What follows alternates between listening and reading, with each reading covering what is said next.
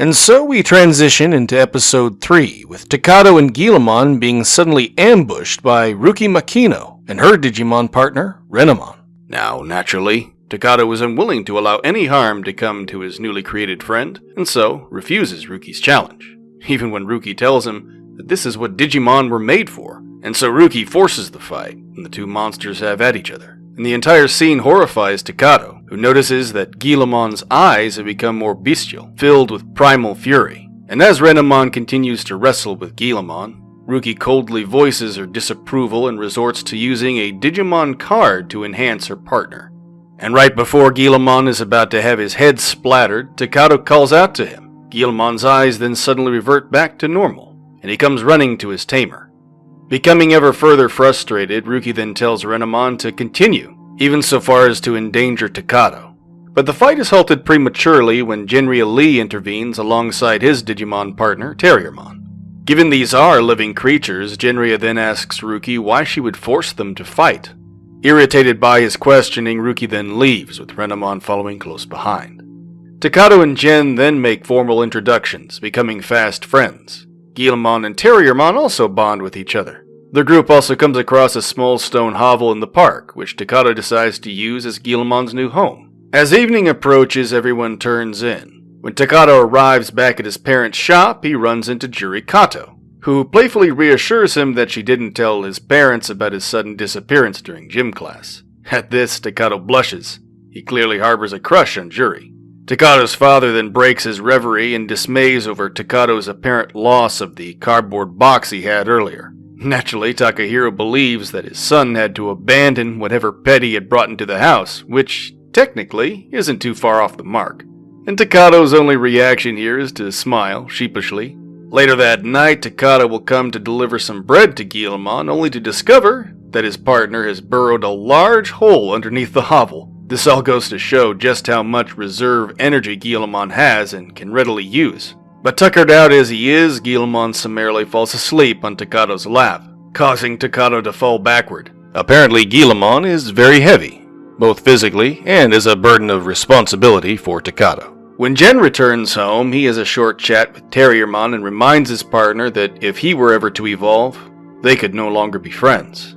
Gen is a pacifist to the ultimate degree, and as such his conflict is in direct antithesis to that of Ruki. Whereas Ruki's desire is to wholly conquer, Gen wants nothing to do with fighting, at all. And Takato falls somewhere in between. He's set up to become the tiebreaker between these two extremes, but needs to go on his own journey to get to that point. Now at night, Ruki wanders the streets of Tokyo, seemingly by herself. Renamon is her sole companion, albeit the fox is content to watch her tamer from a distance, almost curiously. Now some random passers-by remark upon Ruki, recognizing her as being the infamous Digimon Queen of the card game tournaments. Despite her fame, Ruki disregards the praise, and later she will turn her attention to Renamon, rebuking her Digimon partner for her inability to evolve. While Renamon seems to be doing her best, there are key components that are missing with regard to the relationship between human and Digimon partner. Ruki doesn't understand those tenets at this point in time, but she will, in due course. The next day, Takato goes to meet his friends at the playground, and he finds Kazu trumping Kenta at another game of cards. Once again, this shows just how capable Kazu seems to be and how knowledgeable he is about the game. Kazu then says a few things that get Takato thinking about Ruki's using cards to strengthen Renamon, and Takato realizes he too can use cards in the same manner. Later on in class, he and his friends start talking about the Digimon card tournament, and this time they're joined by Juri, who feigns a disinterest in the card game. During the conversation, Kazu mentions the Digimon Queen as a contestant who lives nearby, and when Takato hears about her, he begins to suspect that this queen is in fact Ruki. Now while this is going on, Hypnos investigates the area where Guillemon and Renamon had their fight. Mitsuyo Yamaki, head of the organization, searches the area, and he discovers the Digimon card that Ruki had used earlier. Now Takato will return to the park to check on Guillemon here, and he'll notice all these government surveillance vehicles, and so fears for his partner's well-being. However, he is relieved to find that Guillamon is alright. He's just hiding amidst the bushes in the park. But there, Guillamon expresses frustration at having been kept at his newfound home all the time. Now, for whatever reason, Takado decides bringing Guillamon out in the public might not be such a bad idea after all. And, funnily enough, the surrounding public are not put off by him. Evidently, most of them believe that Guillamon is just a person in a costume or something of that nature. Takado can only marvel at this outcome for a moment before he's alerted to a nearby presence. And then Guillamon suddenly darts into a parking garage with Takado at his tail, and there they re-encounter Ruki and Renamon, the former of whom wants a rematch. Ruki repeats her earlier sentiments about Digimon being made for fighting, but Takado won't have it. Guillamon is his friend. He won't have his friend fighting for no reason. However, to Takado's dismay, Guillamon engages Beast Mode again and initiates another battle with Renamon, ignoring Takado's protests all the while. Now Jin arrives amidst the fight, and just like last time, he tries to quell the situation, stating the obvious. The fact that Digimon even exist in the material world is abnormal, so they cannot simply be used for the same purpose as they were made for in the digital world. They're real creatures. They're alive. Sadly, Ruki just ignores him, and she presses Renamon to continue the fight. Now as Renamon goes in for another attack, Terriermon gets in the way, startling the fox. Renamon's shards are thereby redirected into a nearby vehicle which explodes violently. As a result of this, Terriermon evolves into Gargomon and begins blasting up the place uncontrollably. And as Jin helplessly urges his partner to stop, Ruki orders Renamon to focus her attention on the newly evolved Gargomon. Alas, Renamon's efforts to do this are in vain, and they only result in Ruki being backed up against a wall in danger of being shot herself. However, before any harm can be done, Takado has Guillamon prevent Gargomon's attack, and the red reptile goes in and body slams the newly evolved Digimon. As the episode closes out, Renamon is left to retreat in shame, having failed her partner, and Ruki is left speechless and frightened, sweat pouring from her head as she realizes that she could have been killed in that moment. Today's events have been a heavy dose of reality for everyone involved.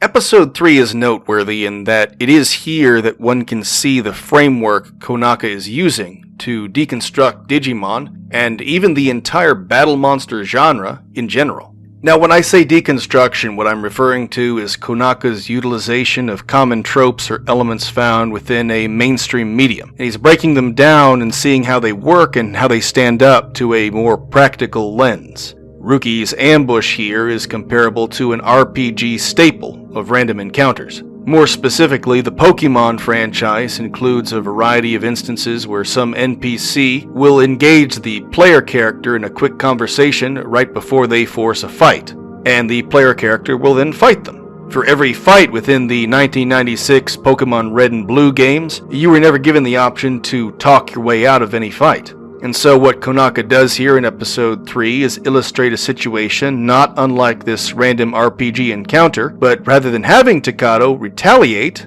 as would fall in line with the genre, a deviation is made. Hence a common trope or element has been deconstructed. And so Takado does not immediately regard Ruki's challenge, and he instead attends to Guillamon's welfare. And that creates an awkward situation for Ruki, who had fully intended to treat this entire situation like it ought to be treated in the game. So rather than satisfy the needs of the genre, Takado takes pause here and has the temerity to ask, why? So essentially what Konaka is doing is having his audience consider the medium, to think about it. When Takado and later Jen ask why Ruki would engage in hostilities here, her answer is not an answer at all. She simply states it's common sense, it's obvious. But if it's obvious, why can't she come up with a substantial reason for it? She has no rationale other than that the medium in general has given her permission to act on her proclivities. She does what she does simply because she can. In effect, Konaka makes Ruki appear cruel and unconscionable, which should strike a chord with an audience who readily engages in actions similar to Ruki's. In other words, the illustration is supposed to teach us about ourselves. Now, while we may grant that Pokemon, Digimon, or any variety of monster pet battle simulators are just artificial constructs in video games, one must still consider what that might mean about ourselves and what drives us to passionately pursue these games. Is it all really just a game that we aren't meant to question but engage in thoughtless pursuance? Now, Ruki's words affect Takado greatly here, as we can see, and they give him something to think about. And here Konaka establishes 3 avenues of perspective. Ruki, an absolute aggressor, Jen, an absolute pacifist, and Takato left uncertain and undecided.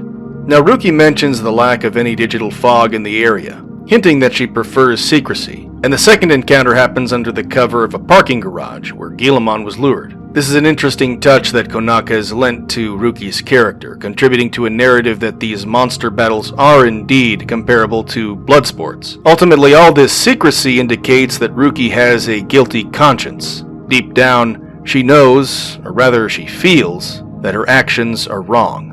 Another subversive element is when Guillamon's data does not show up in the current Digimon database. Now, for a character like Ruki, whose primary concern is limited to abstractness, this is a small part that will help her understand there's definitely far more to these Digimon than meets the eye. Often video games engage in placing a variety of assets within an encyclopedia. In Pokemon and Digimon, this may be limited to all the monsters you can find, but in a variety of other games, this also may include any collectibles. Imagine finding something that is not supposed to be there. Something that even the developers never intended, nor had any knowledge about. Our technology, as great and powerful as it is limited, and it will always be limited because the extent of human knowledge and understanding is also limited. I believe this is also what attracts Konaka to Lovecraft, this idea of the unknown, that for all our boasting, the accumulation of information, of knowledge, human understanding is meaningless in comparison to all that can be known in the universe. Now, I'll probably repeat this sentiment throughout my coverage of Tamers, but this is one of the essentials to Tamers, and throughout Konaka's works in general, a fascination with the unknown. There's so much more going on here than a game of monster battles. Which also means that Ruki must eventually regard Renamon as being something beyond a small paragraph on an encyclopedic database. Something also noteworthy about the fight between Renamon and Guillamon is that it does not look at all as fantastic as a video game might otherwise illustrate it.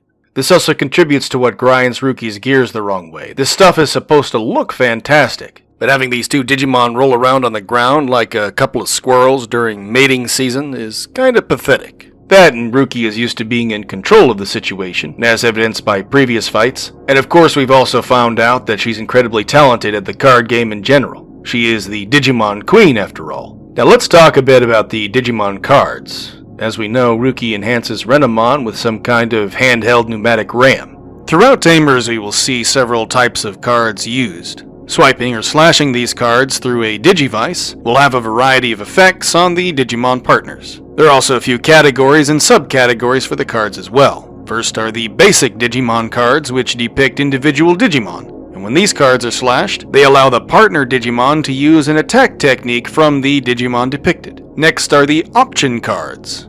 These are further broken down and categorized, but ultimately all are made to support the Digimon partners by either enhancing their basic abilities or supplement the Digimon partners by giving them some special equipment. More complex cards include program cards, which have transformational capabilities. And there's also so-called wild cards, which are used by Ryo Akiyama. And finally, there are the blue cards, which are capable of reading and executing extremely special algorithms, such as causing Takata's card reader to completely transform into a D-Arc, or as we'll see in the next few episodes, allowing Digimon to materialize within the real world. Now later into the show, Jen will observe that the only reason card slashing has any effect at all is because the children simply believe it will. In other words, the Digivices act upon the power of faith. If the children did not believe the cards would do anything, the cards would just be regular cards, without any effects.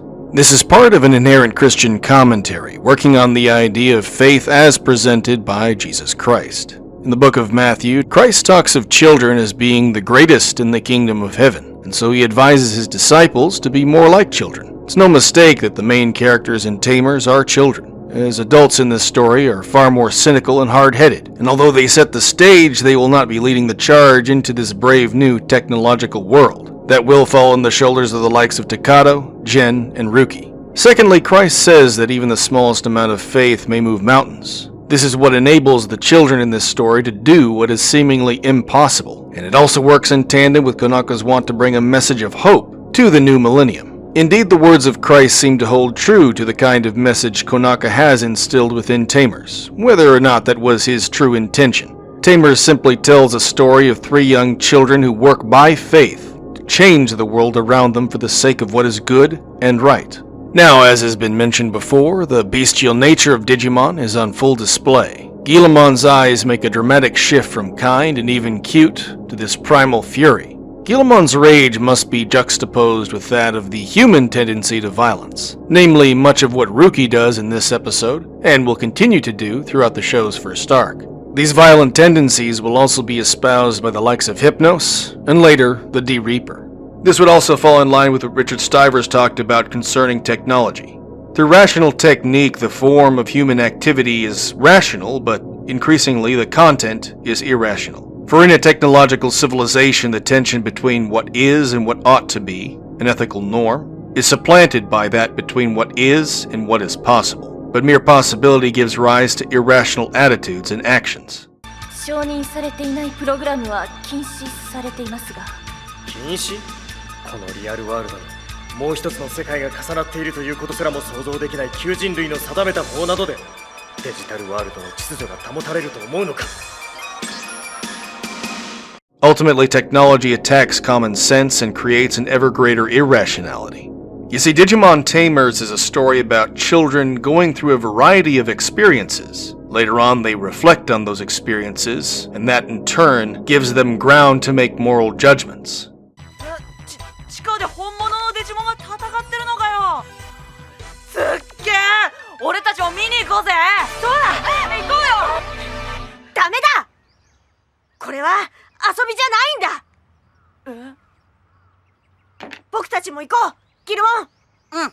But you see, in order to do all that, the children had to be in immediate contact with reality. Hence, these artificial constructs become realized. Ultimately, what technology has done throughout time is cause us to lose contact with reality. Technology makes our knowledge, opinions, and even our emotions secondhand, because it mediates our reality. This is what enables Ruki to say that Digimon are just made for fighting, because she's allowing her reality to be mediated by a video game. Ruki's reality at this point is abstract. To her, Digimon are not really real yet. They've essentially been reduced to logical, if not mathematical, categories. The Digivice, accessing the encyclopedic information on the Digimon, will simply give you a name and a list of abilities these creatures have, and no other information that would otherwise indicate that this is a person, also a potential friend, someone I can love, and instead all is reduced to logical categories and statistics. It's a ready-made opinion, and where Ruki's addiction comes into play is the fact that technology not only encourages us to lose touch with reality, but we may also attempt to escape it as well. Now, we learn a bit more about Genryl Lee in this episode. He mentions that he's of mixed heritage. While his mother is Japanese, his father hails from Hong Kong, and that's particularly remarkable given last century's history between the two countries. The fact that Gen is half Chinese is significant as it plays into a theme of transcultural integration. Even Terriermon has adopted Momontai as a catchphrase, which is a Cantonese way of saying no problem or take it easy. And a lot of this transcultural stuff carries over from Digimon Adventure as well. Mimi Tachikawa, for instance, has a distinct love for American culture. More overtly are the Digimon themselves, whose relocation from the digital world to the real world is readily comparable to foreign migration. And while Gen's ethnicity may be purely incidental, I have assumed it is far more purposeful, as it may remark on the ongoing population decline of Japan. Now, globally, many developed nations are experiencing this declining population, and therefore have sought to replenish those numbers through immigration. That all being said, Japan has long been Tainitsu Minzoku Koka, or an ethnically homogeneous nation, with an explicit purity of blood and culture. And understanding that is also essential for comprehending the motivations and actions of the character Mitsuyo Yamaki. Now, in a brief cut to Takado's classroom, we catch Sensei Asanuma delivering a lecture on the standard of living and modern technology. And at the chime of the bell, she bemoans the fact that her lesson plans never go according to schedule. And again, Konaka delivers on this ongoing theme of digital technology, zeroing in on efficiency. The importance of this theme cannot be understated, as what Konaka is dealing with here is this impending sense of oppression represented by modern tech. And that oppression is equally comparable to Ruki's attempts to subjugate others to her will and dominance. Even more so through Yamaki and Hypnos, and later, the D-Reaper. Throughout Tamers, Konaka pulls no punches in illustrating just how utterly cruel the milieu of technology can be, to the point that people are summarily robbed of their humanity for the sake of some great technological ramification. And that is the irony here, that even as we attempt to further human evolution through technology, the basic tenets of humanity are undone by that same methodology.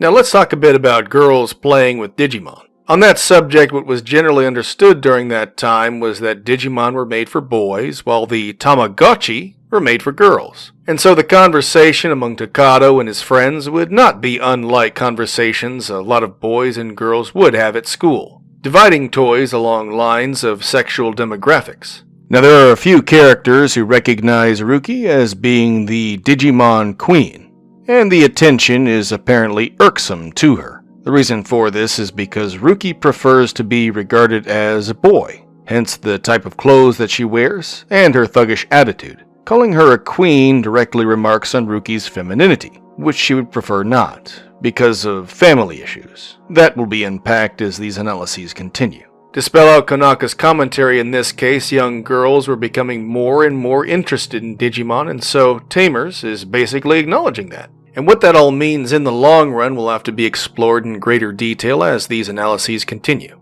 Now, it's an amazing moment and even more great writing when Takato has this realization that bringing Guillemon out in public wasn't such a problem after all. Takato's understanding of the situation is based on the fact that Digimon is a franchise, and so having one of them walk around might not strike up as much a fuss as would be originally assumed. Yet what Takato may not comprehend is that Guillemon is afforded some amount of invisibility due modern social engineering. What that means is that in a city as large as Tokyo, with as many oddities as the city contains, people would not be apt to spot things out of the ordinary unless they were specifically looking for them. In which case, how many people would be on the lookout for an oversized red lizard walking around on its hind legs? Moreover, if noticed, how many people would even suspect that such a creature was even real? As is the case, only a child is so perceptive.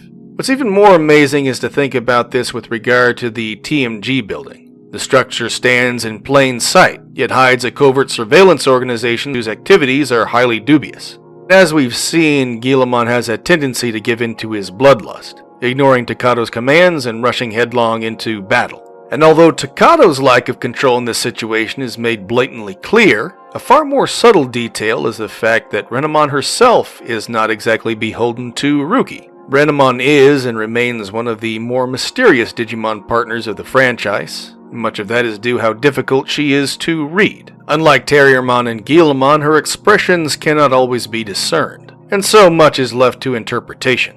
Noteworthy is the fact that when she was ordered to re-engage Guillemon, she hesitated, as she realized this would also endanger Takato. Unlike her tamer, Renamon shows some restraint. While Guillemon is made a slave to his bloodlust at times, Renamon exhibits a fey-like nature that makes her actions a bit more unpredictable. And part of that is made clear when Terriermon surprises her. Upon Terriermon's evolution, Ruki rashly orders Renamon to attack him. This as opposed to calmly assessing the situation. Yet all Renamon does is uselessly flail about her new opponent for a bit, and then give up halfway, thereby making a bad situation even worse, and endangering her tamer in the process. Then when Guillemon inadvertently saves Ruki from being blasted, Renamon is just made to watch the entire ordeal before she slinks back into the shadows, perhaps a little embarrassed at her own ineffectiveness. By the end of the day, Ruki's world has been shocked by reality, coming straight at her in the form of a giant green bunny rabbit dual-wielding a pair of Gatling guns. Ruki doesn't stand alone here. For Takato and Gen, the adventure has also just begun. For all three of these children, the greatest experience of their lives is already underway. This is not a game anymore, and one should even grant it never was in the first place. These creatures are real, very real. Not only real, but almost human. And perhaps one day they may count themselves among humanity. But that progress will wholly depend on how their relationships with these children develop over the course of the story.